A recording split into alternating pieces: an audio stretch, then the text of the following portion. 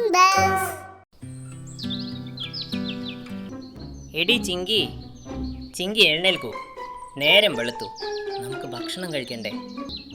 Mummy, ഇന്ന് എന്നെ എന്തിനാ ഇത്ര നേരത്തെ വിളിച്ചുണർത്തുന്നത്? ഭക്ഷണം തയ്യാറാകുമ്പോൾ വിളിച്ചാലും മതി. എടി, ഞാൻ മമ്മിയല്ല, നിന്റെ ഭർത്താവാണ്.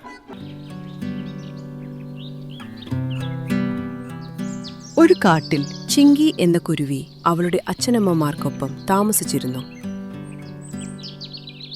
ചിങ്കിമോളെ, ഭക്ഷണം കഴിക്കാൻ സമയമായി. നീ എങ്ങോട്ടാണ് ഈ പോകുന്നത്? അമ്മേ, ഞാൻ എൻ്റെ കൂട്ടുകാരുടെ കൂടെ കുറച്ചു നേരം നടക്കാൻ പോവുകയാണ്.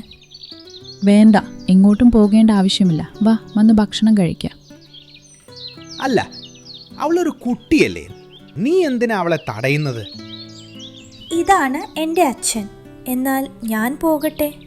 ഇതും പറഞ്ഞ് ചിങ്കി ഫുർ എന്ന് പറന്നുപോയി. നിങ്ങളുടെ ഈ സ്നേഹം അവളെ വല്ലാതെ വഷളാക്കിയിരിക്കുന്നു. ഒരു ജോലിയും ചെയ്യില്ല, കറങ്ങി നടക്കാൻ എപ്പോഴും തയ്യാർ. അല്ല, അതൊക്കെ പ്രായമാകുമ്പോൾ അവൾ പഠിച്ചോളും, നീ പേടിക്കാതെ. പതിയെ സമയം കടന്നുപോയി. ഇപ്പോൾ ചിങ്കിക്ക് പ്രായമായി. പക്ഷേ അവളുടെ സ്വഭാവത്തിന് ഒരു മാറ്റവുമില്ലായിരുന്നു. അവളുടെ അമ്മ അച്ഛനോട് സംസാരിച്ച് മിറ്റു എന്ന പേരുള്ള ഒരു തത്തയുമായി അവളുടെ വിവാഹം നടത്തി. ചിങ്കി സ്വന്തം വീട് വിട്ട് ഭർത്താവിന്റെ വീട്ടിലേക്ക് വന്നു.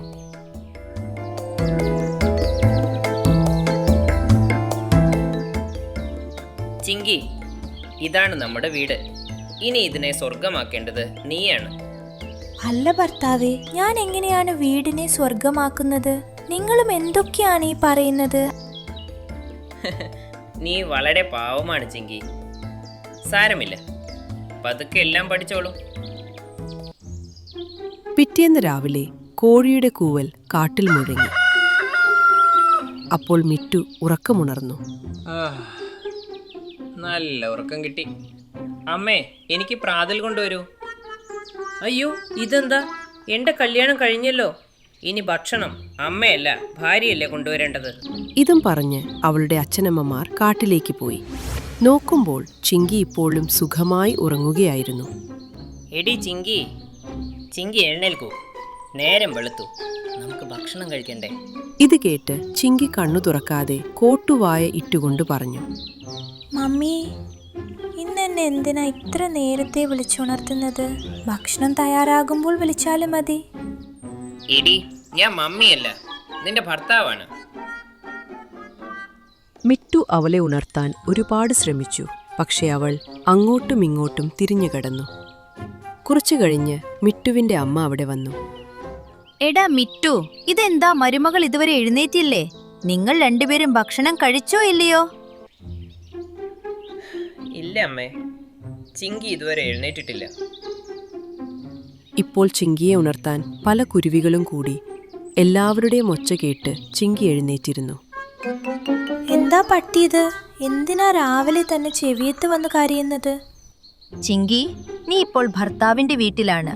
നീ രാവിലെ നേരത്തെ എഴുന്നേറ്റ് നിന്റെ കടമകൾ ചെയ്യണം. അമ്മായിയമ്മേ, എനിക്ക് നല്ലൊരു പ്രാതൽ എടുത്തു തരൂ. ചായ കുടിക്കാതെ എൻ്റെ ഉറക്കം മാറില്ല. എന്റെ ദൈവമേ, ഇവർ തിരിച്ചിങ്ങോട്ട് നമ്മളോട് ഭക്ഷണം ചോദിക്കുന്നോ? ചിങ്കിയുടെ കല്യാണം കഴിഞ്ഞിരുന്നു. ഇപ്പോൾ അവളുടെ ദുശീലങ്ങൾ മിറ്റുവിനെ ബുദ്ധിമുട്ടിക്കാൻ തുടങ്ങി. മിട്ടു, ഞാനൊന്ന് കറങ്ങിയിട്ട് വരാം. ചിങ്കി, ഉച്ചയാകാറായി. ഇപ്പോൾ നമ്മൾ എങ്ങോട്ടും പോകുന്നത് ശരിയല്ല. നിങ്ങൾക്ക് വരണ്ടെങ്കിൽ അവിടെ ഇരുന്നോളൂ, എന്നെ പോകാൻ സമ്മതിക്ക്. ചിങ്കി, പറ്റില്ല എന്ന് പറഞ്ഞാൽ പറ്റില്ല. കുറച്ചുനേരം ചിങ്കി പിറുപിറുത്തുകൊണ്ടിരുന്നു. കുറച്ചു കഴിഞ്ഞ് അവളുടെ 2 സുഹൃത്തുക്കൾ കാലു, കാക്കയും കുയിലും അവിടെ എത്തി. ചിങ്കി, നീ ഇവിടെ ഇരിക്കുകയാണോ? ഞങ്ങൾ നിന്നെ വിളിക്കാൻ നിന്റെ വീട്ടിൽ പോയിരുന്നു. അല്ല, എൻ്റെ കല്യാണം കഴിഞ്ഞല്ലോ, അതുകൊണ്ടിപ്പോൾ ഞാൻ ഇവിടെയാണ് താമസം. നല്ല കാര്യം. ഗൂഗിൾ ബെറി കഴിക്കാൻ ഞങ്ങളുടെ കൂടെ വരുന്നുണ്ടോ? ചിങ്കി വേണ്ട, നിനക്കങ്ങനെ പോകാൻ പറ്റില്ല. വരുന്നു. ഇദ്ദേഹം എപ്പോഴും ഇങ്ങനെ ഓരോന്ന് പറഞ്ഞുകൊണ്ടിരിക്കും. മിറ്റു പറയുന്നത് കേൾക്കാതെ ചിങ്കിക കൂട്ടുകാർക്കൊപ്പം അവിടെ നിന്നും പോയി. മണിക്കൂറുകൾ കടന്നുപോയി. സന്ധ്യയായിട്ടും ചിങ്കി തിരിച്ചു വന്നില്ല. മിട്ടുവിന് അവളെക്കുറിച്ച് വലിയ വിഷമമായി. മിട്ടുവിന്റെ അമ്മ അവർക്ക് ഭക്ഷണം കൊണ്ടുവന്നു. ഇതാ മിട്ടുമോനെ, നീയും മരുമകളും ഭക്ഷണം കഴിക്കേ. അമ്മേ, ചിങ്കി ഇതുവരെ വന്നില്ല. വന്നില്ലേ? പക്ഷെ അവൾ എവിടെ പോയി? അവളുടെ കൂട്ടുകാർ വന്നിരുന്നു. അവരുടെ കൂടെ കറങ്ങാൻ പോയതാണ്. അല്ല, കല്യാണം കഴിഞ്ഞിട്ട് ആരാണ് കൂട്ടുകാരുടെ കൂടെ കറങ്ങാൻ പോകുന്നത്? അപ്പോഴേക്കും ചിങ്കിയും അവിടെ എത്തി. വാ, കല്യാണത്തിന് ശേഷം ആദ്യമായാണ് ഇങ്ങനെ കറങ്ങാൻ പോയത്. ഇന്ന് നല്ല രസമായിരുന്നു. വരൂ ചിങ്കി, ഭക്ഷണം കഴിക്കാം. ഞാൻ നീ വരാൻ കാത്തിരിക്കുകയായിരുന്നു. മിട്ടു, നിങ്ങൾ കഴിച്ചോളൂ.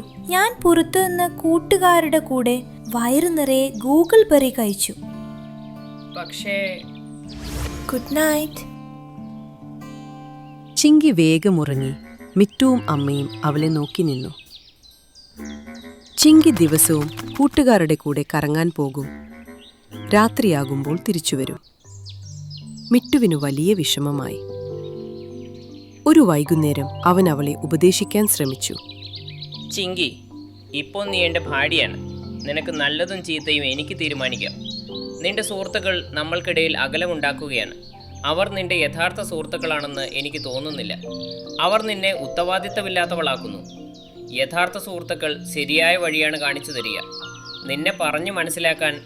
ചിങ്കി ഉറങ്ങിയെന്ന് കണ്ടപ്പോൾ മിട്ടുവിന്റെ വാക്കുകൾ പാതി വഴിയിൽ നിലച്ചു. ദിവസം കഴിയുന്തോറും ചിങ്കിയുടെ വികൃതികൾ കൂടിക്കൂടി വന്നു. മിട്ടുവും അമ്മയും അവളുടെ മുന്നിൽ നിസ്സഹായരായി. ഒരു ദിവസം കുയിൽ ചിങ്കിയോട് പറഞ്ഞു. ചിങ്കി, എനിക്കൊരു സ്ഥലം അറിയാം. അവിടെ ഗൂഗിൾ ബെറിയുടെ ഒരു തോട്ടം തന്നെയുണ്ട്. നമുക്ക് അവിടെ പോയി ഇഷ്ടം പോലെ കഴിക്കാം. ആഹാ, അത് കൊള്ളാമല്ലോ. എന്നെ ഇപ്പോ തന്നെ അവിടെ കൊണ്ടുപോകൂ. ഇല്ല ചിങ്കി, ഇപ്പോ പോകാൻ സമയമില്ല. അത് വളരെ ദൂരെയാണ്. നമ്മൾ അതിരാവിലെ പുറപ്പെടും. വൈകുന്നേരത്തോടെ അവിടെ എത്തും. പിന്നെ അവിടെ അടിച്ചു പൊളിക്കാം. ഓ ശരി, പക്ഷേ അവിടെ എത്തുമ്പോൾ രാത്രിയാകില്ലേ? പിന്നെ നമ്മൾ എപ്പോഴാണ് തിരിച്ചു വരിക? നമുക്കൊരു കാര്യം ചെയ്യാം. ഒരു രാത്രി അവിടെ തങ്ങാം. എന്നിട്ട് മറ്റന്നാൾ തിരിച്ചു വരാം. ഭർത്താവിനെ എങ്ങനെ പറഞ്ഞു സമ്മതിപ്പിക്കണമെന്ന് നീ നോക്കിക്കോ. അദ്ദേഹത്തോട് എന്തു പറയാൻ?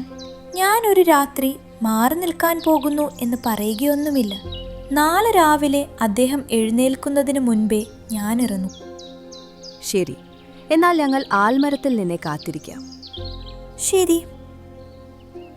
ചിങ്കി വീട്ടിലെത്തിയപ്പോൾ മിട്ടു ഇന്നും ഭക്ഷണം കഴിക്കാതെ കാത്തിരിക്കുകയായിരുന്നു.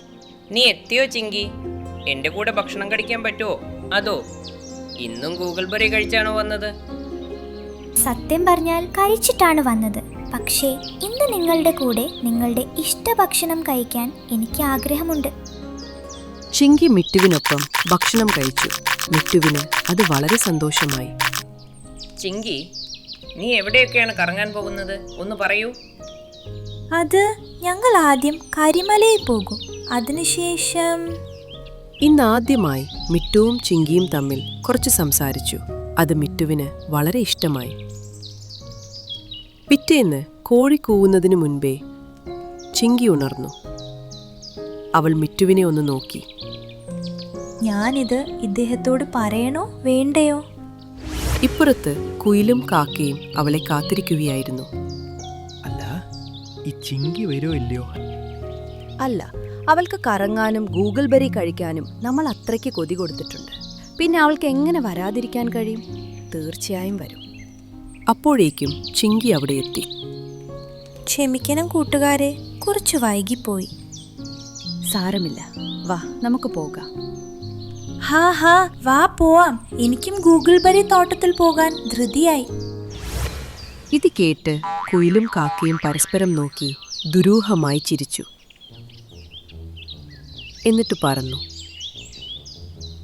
ചിങ്കി അവർക്ക് നടുവിലായാണ് പറന്നത്. 2 മണിക്കൂർ പറന്ന ശേഷം അവരൊരിടത്തെത്തി. ചിങ്കി വാ, നമുക്കിവിടെ കുറച്ചു നേരം വിശ്രമിക്കാം. എടി, എനിക്ക് പോകണം. എനിക്ക് ക്ഷമ നശിക്കുന്നു. എടി ചിങ്കി വാ, നമുക്ക് കുറച്ചു നേരം വിശ്രമിച്ചിട്ട് പോവാം. കാക്കയും കുയിലും നിലത്തിറങ്ങിയപ്പോൾ ചിങ്കിയും കൂടെ ഇറങ്ങി.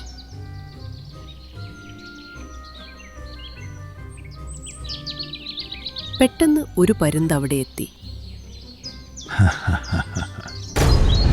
ഓടിക്കോ കൂട്ടുകാരെ, ഈ പരുന്ന് നമ്മളെ കൊല്ലും. ചിങ്കി പേടിച്ചു പോയി.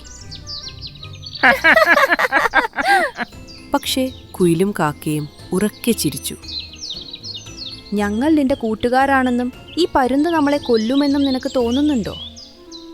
ഇല്ല ചിങ്കി, ഈ പരുന്ത് ഞങ്ങളുടെ കാട്ടിലെ രാജാവാണ്. ഞങ്ങൾ നിന്നെ മനഃപൂർവ്വം ഇവിടെ എത്തിച്ചതാണ്. നിന്നെ കൂട്ടുകാരിയാക്കിയതും ഗൂഗിൾ ബെറി ശീലിപ്പിച്ചതുമെല്ലാം രാജാവ് പറഞ്ഞിട്ടാണ്. ചിങ്കി ഞെട്ടിപ്പോയി. താൻ കേൾക്കുന്നത് വിശ്വസിക്കാൻ അവൾക്ക് കഴിഞ്ഞില്ല. എൻ്റെ കുടുംബത്തെക്കാളും ഭർത്താവിനേക്കാളും ഞാൻ നിങ്ങൾക്ക് വില നൽകി, നല്ല സുഹൃത്തുക്കളായി കണ്ടു. എന്നിട്ട് എന്നെ കൊല്ലാൻ കൊണ്ടുവന്നിരിക്കുകയാണോ? അതെ, കാരണം നീ ഒരു നീലക്കുരുവിയാണ്. നിന്നെ വേട്ടയാടിയാൽ എൻ്റെ ശക്തി 3 ഇരട്ടിയാകുമെന്ന് ജ്യോത്സ്യൻ പറഞ്ഞിട്ടുണ്ട്. ഇനി എൻ്റെ ഇരയാകാൻ തയ്യാറായിക്കോ. ഇത് കേട്ട് ചിങ്കി ആകെ പേടിച്ചുപോയി. അവൾക്ക് ഭർത്താവ് പറഞ്ഞത് ഓർമ്മ വന്നു. എൻ്റെ ഭർത്താവ് പറഞ്ഞത് ശരിയായിരുന്നു. ശരിയായ വഴി കാണിച്ചു തരുന്നവരാണ് യഥാർത്ഥ സുഹൃത്തുക്കൾ. നിങ്ങൾ ആദ്യം എന്നെ എൻ്റെ മാതാപിതാക്കൾക്കെതിരാക്കി, പിന്നെ ഭർത്താവിനെതിരാക്കി. അതെല്ലാം ഒരു ഗൂഢാലോചനയായിരുന്നു. ഇനി അതൊക്കെ പറഞ്ഞിട്ട് കാര്യമില്ല ചിങ്കി, എല്ലാം അവസാനിക്കാൻ പോവുകയാണ്. പരുന്ത് ചിങ്കിക്ക് അടുത്തേക്ക് വന്നു. അവൾ കണ്ണുകൾ അടച്ചു. അവളുടെ ശരീരം വിറയ്ക്കാനും രക്തം മരവിക്കാനും തുടങ്ങി. അപ്പോൾ ചിങ്കി, മിട്ടു ചിങ്കിക്ക് മുന്നിൽ വന്നു നിന്നു. അല്ല, നീ എവിടുന്ന് വന്നു? പെട്ടെന്ന് 3 കഴുകന്മാരും 3 മൂങ്ങകളും പരുന്തിനെ ആക്രമിച്ചു. അവരെല്ലാം പരുന്തിന്റെ പിന്നാലെ കൂടി. പരുന്ത് അവിടെ നിന്ന് ഓടിപ്പോയി. മിറ്റു, നിങ്ങളോ? ചിങ്കി മിട്ടുവിനെ കെട്ടിപ്പിടിച്ചു. കുയിലും കാക്കയും അവിടെ നിന്ന് ഓടിപ്പോയി. നിങ്ങളില്ലായിരുന്നെങ്കിൽ ഇന്ന് എൻ്റെ ജീവൻ ബാക്കിയുണ്ടാക്കില്ലായിരുന്നു. നീ എങ്ങനെ അങ്ങനെ ചിന്തിച്ചു ചിങ്കി? ഞാൻ നിന്റെ ഭർത്താവാണ്. ഞാൻ ജീവിച്ചിരിക്കുമ്പോൾ നിനക്കൊന്നും സംഭവിക്കാൻ സമ്മതിക്കില്ല. താൻ ഇതുവരെ ചെയ്തതെല്ലാം തെറ്റായിരുന്നു എന്ന് ചിങ്കിക്ക് മനസ്സിലായി. അവൾ മിട്ടുവിനൊപ്പം വീട്ടിൽ തിരിച്ചെത്തി. ചിങ്കി അവളുടെ സമയം മുഴുവൻ മിട്ടുവിനായി നൽകാൻ തുടങ്ങി. അവരൊരുമിച്ച് ഭക്ഷണം കഴിച്ചു, ഒരുമിച്ച് നടക്കാൻ പോയി. അവളൊരു നല്ല ഭാര്യയാകാൻ പഠിച്ചു കഴിഞ്ഞിരുന്നു.